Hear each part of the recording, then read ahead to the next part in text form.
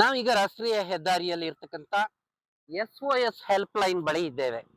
SOS ಅಂತಂದ್ರೆ save hour souls ಅಂತ, ಒಂದು ಜೀವ ರಕ್ಷಕ ಹೆಲ್ಪ್ ಲೈನ್ ಇದು.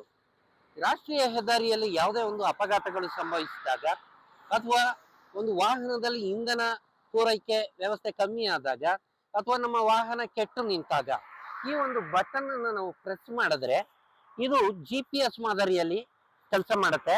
ಸಂಬಂಧಪಟ್ಟವರಿಗೆ ಪರ್ಟಿಕ್ಯುಲರ್ ಯಾವ ಪಾಯಿಂಟ್ ನಲ್ಲಿ ನಾವು ಸಹಾಯವನ್ನು ಕೇಳ್ತಾ ಇದ್ದೇವೆ ಅಂತ ಗೊತ್ತಾಗುತ್ತೆ. ಇದು ಕಂಪ್ಲೀಟ್ಲಿ ಸೋಲಾರ್ ಆಪರೇಟೆಡ್ ಡಿವೈಸ್. ನಾವು ರಾಷ್ಟ್ರೀಯ ಹೆದ್ದಾರಿಯಲ್ಲಿ 5 ಕಿಲೋಮೀಟರ್ ಒಂದೊಂದು SOS ಬಾಕ್ಸ್ ಗಳನ್ನ ನೋಡ್ಬೋದು. ಹಾಗೂ ಅಲ್ಲಿ ಹೆಲ್ಪ್ ಲೈನ್ 1033 ಅಂತ ಬರ್ದಿರೋದು ನಮ್ಗೆ ಸೂಚನೆಯನ್ನ ಕೊಡುತ್ತೆ. ಅಂದ್ರೆ ಇಲ್ಲೊಂದು SOS ಬಾಕ್ಸ್ ಇದೆ ಅಂತಕ್ಕಂಥದ್ದು ನಮಗೆ ಗೊತ್ತಾಗುತ್ತೆ.